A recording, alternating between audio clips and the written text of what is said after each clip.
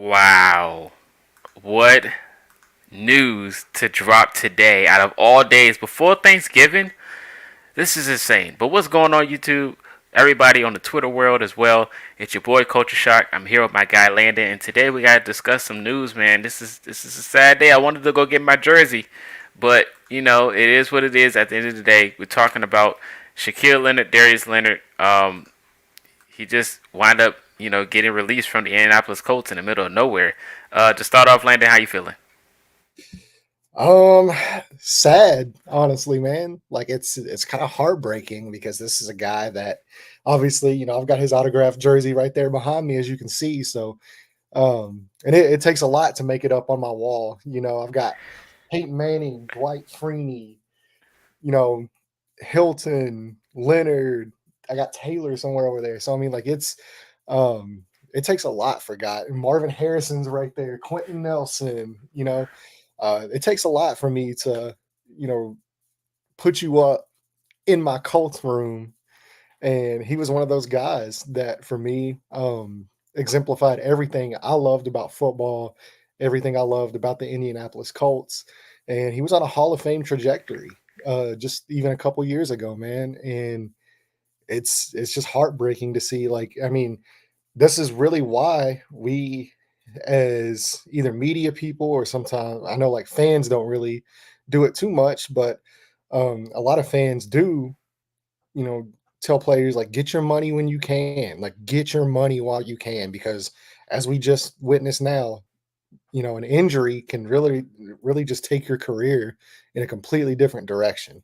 So yeah, it sucks a lot because I love me some Shaq Leonard, Darius Leonard, whichever you want to call it. But yeah, that was my guy. So this is tough.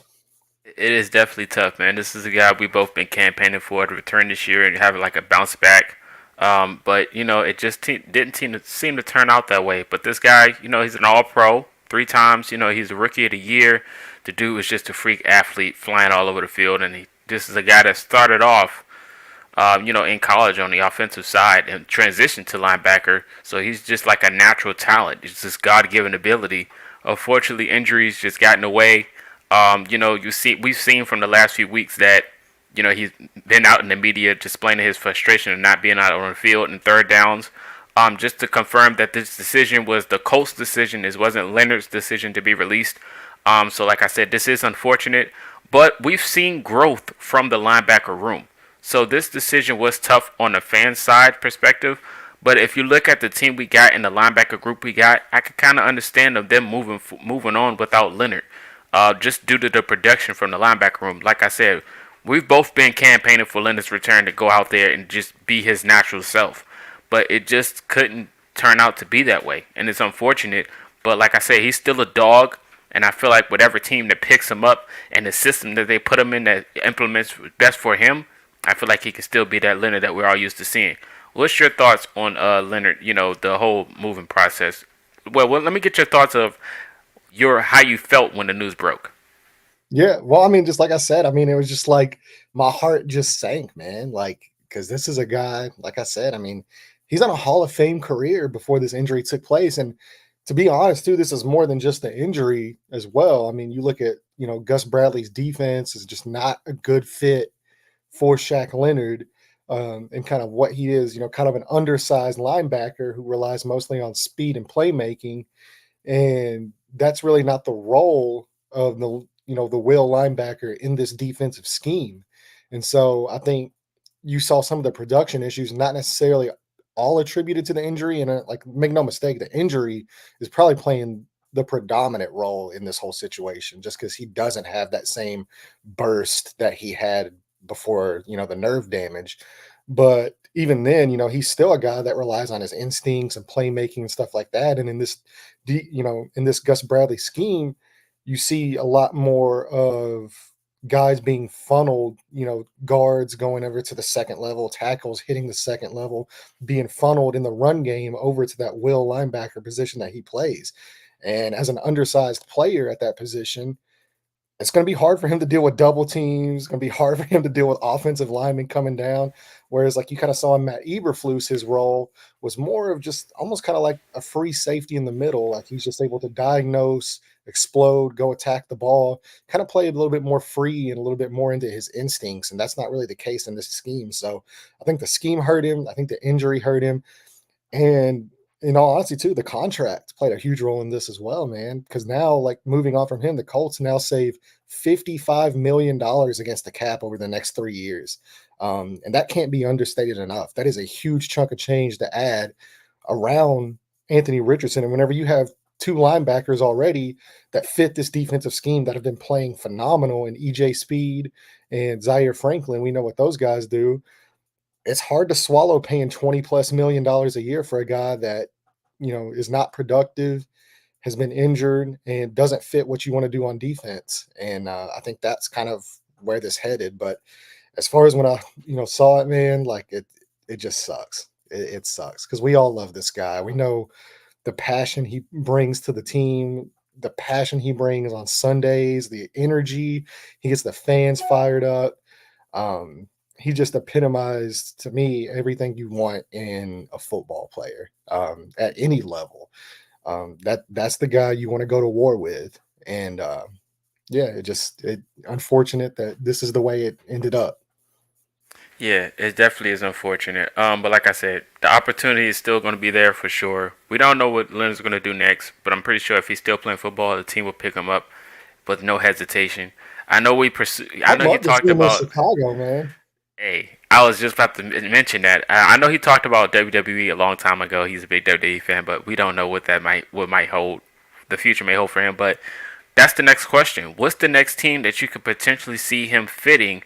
We've seen Chicago go out there and spend big bucks on a bunch of players.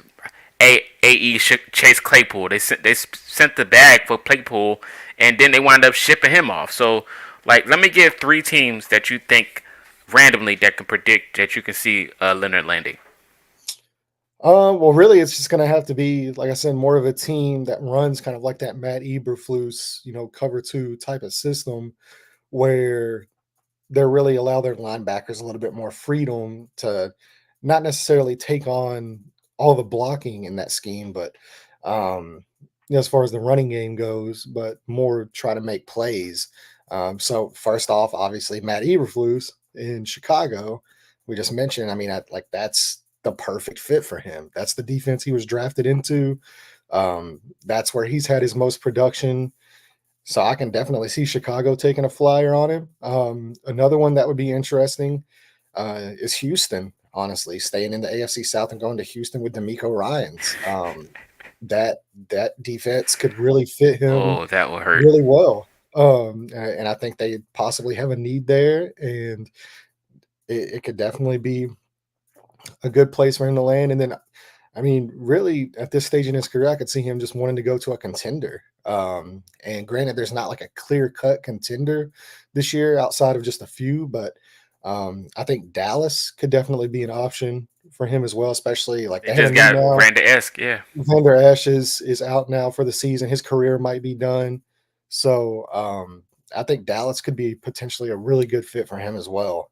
So those are the three teams I would kind of keep an eye on. Of course, you're always going to have to watch out for Philadelphia too. You never know what those guys do, Or the but I Chiefs. think I think they're pretty set. I think the Chiefs are pretty set as well, in what they have going right now. But um, yeah, that would be the three that I would probably keep an eye on. Of course, as we know, some team just ran it. He's got to pass through waivers, which I imagine he will with the contract he has. I don't think any team's gonna, fit that contract. But um, yeah, once he clears waivers, he's a free agent. He can choose where he wants to go, and I think all of those teams present a really differing options, but really good options for him to try to get his career back on track. Absolutely. Definitely Dallas is a good one because I knew once you said that, I just mentioned Van Der Esch because I was like, he just got hurt and he's out. So, that's a perfect replacement. Both drafted the same year, too. So I think that's Stephon a good one. Gilmore, he's familiar Yeah. with. There's a few guys down there. Ty obviously went down there and played. He speaks highly of the organization. Him and Ty, of course, are pretty close. So he could kind of pick his brain about Dallas. So Yeah, I could see that. I could see him going with Eberflus for sure, or I could see him, staying in the AFC South. Like I said, I think the Yeah, Houston Texans would would be be a crazy. I think that would be a really strong fit for him as well. There with D'Amico Ryans, and he can kind of play that Fred Warner type role in that defense for them. So yeah, we'll see what happens for sure. Of course, it's probably just like I said, going to be some team out of the blue, just random. Speaking That of you blue, just what about New York with Bobby? What if you pair back up with Bobby in New York? Well, I don't know if he had the choice. I don't think he would join a sinking ship quite like that. New York's they're in a tough spot, so I don't know if he'd want his career to kind of end up down Yeah. there for sure. But Somebody said watch him go to the Jags or Texans to finish the season and turn into old Darius Leonard. Hey man, we definitely gonna see, but that's something to look forward to. I know someone mentioned, do we draft or go after a linebacker during free agency? We just picked up Ronnie Harrison for Ronnie Harrison Jr. and added him to the 53 to replace Leonard for now. But let me get your thoughts. What do you think the Colts do after this replacement? yeah, well, I think for sure. I mean, Zaire is a free agent coming up soon. I think EJ's uh, just got his extension, not too, or maybe this off season. So that's one thing Chris Ballard does at an extremely high level. One of the few positions that he just continuously hits on, and that's linebacker. So I fully expect them to add a guy in the draft, and we'll kind of see where we go from there. I just think now, if they are fully convinced Anthony Richardson is the guy, which they are, at this point, the only thing you're just hoping for is he just stays healthy. But if he can stay healthy and he's the guy, I mean, you've got a ton of money for the next 4 years. So, I mean, I think this now pushed them up to 90 million in cap space next offseason. Mm-hmm. So you've really got some pieces in the draft and now going into this offseason. I mean, you've got guys you need to resign, obviously, Pittman, Julian Blackman, Big Grove, these are all important pieces. But once you get those guys re-signed, I mean, you still got quite a bit of money to play with to surround Anthony Richardson and take advantage. I mean, this is the biggest advantage in sports, maybe, just not even just in football, just in sports, is if you have a franchise quarterback, you have your guy and he's on a rookie deal, that's the time to strike while you've got to strike and hit your championship window in that. Yeah, absolutely, absolutely. We're not even gonna get into the Grover Stewart conversation because he's coming back from suspension in a few weeks, and he got a contract coming up. So I'm with the Colts in hand. I don't know what they're gonna do with Grover Stewart, but I'm feared for You the don't worst. ever know. You don't ever I'm know with feared this for the team, man. worst. Yeah, you don't ever. That's pretty much the best way to handle the Colts right now is just prepare for the worst, and Fear for the worst, man. generally you're going to end up being correct. So we definitely gonna see when that happens at the end of the year. Before we get up out of here, the last question I want to ask you is: now that Leonard's gone, we know about Zaire and EJ, but this is an opportunity for somebody else to step up to the plate. And we've seen these guys from special teams coming to their own to the linebacker starting core. So who's the next person you think could potentially be that guy to step up to the plate for the Colts? Oh man. Um. Well, I mean, really, you don't even know who's healthy anymore, who's Yeah, not. that is So true. really, that's going to be the main thing. I mean, I don't think just off the top of my head, like, is JoJo Doman, is he healthy? Is he healthy? I love me some Grant Stewart though. I will say Yeah, that I Grant. think Grant Stewart would be a good option. I think JoJo would be a good option. Yeah. Um, I mean, really, any one of these guys could, but yeah, I mean, I think both those. I do like Grant Stewart a lot, so Yeah, I do that's think my he Troy could. Polamalu. I say that all every week, so we Yeah, can get and him he's to been fly on the playing. field a little bit He's been more. making some plays out there over the last, probably month or two. So Yeah. So. he's even got some snaps over Leonard here Mm-hmm. recently. You So you remembered? Yeah, he did. He did.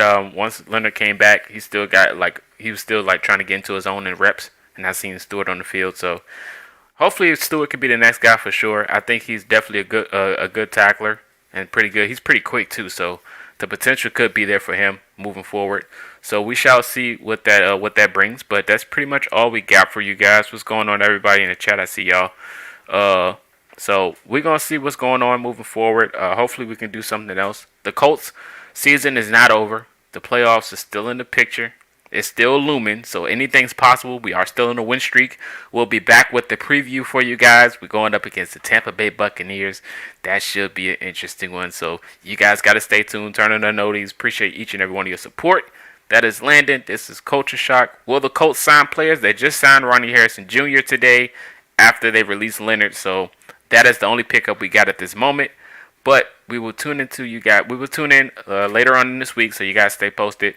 I hope we win too, man. So we'll see you guys in the future. But that's just a brief update of what happened. Leonard being released by the Colts shocked everybody. So hopefully we'll see him land somewhere else. And you guys enjoy the holidays. Happy Thanksgiving. Spend time with your family. I know that's what we're going to do. And we'll be back after that. We'll see y'all.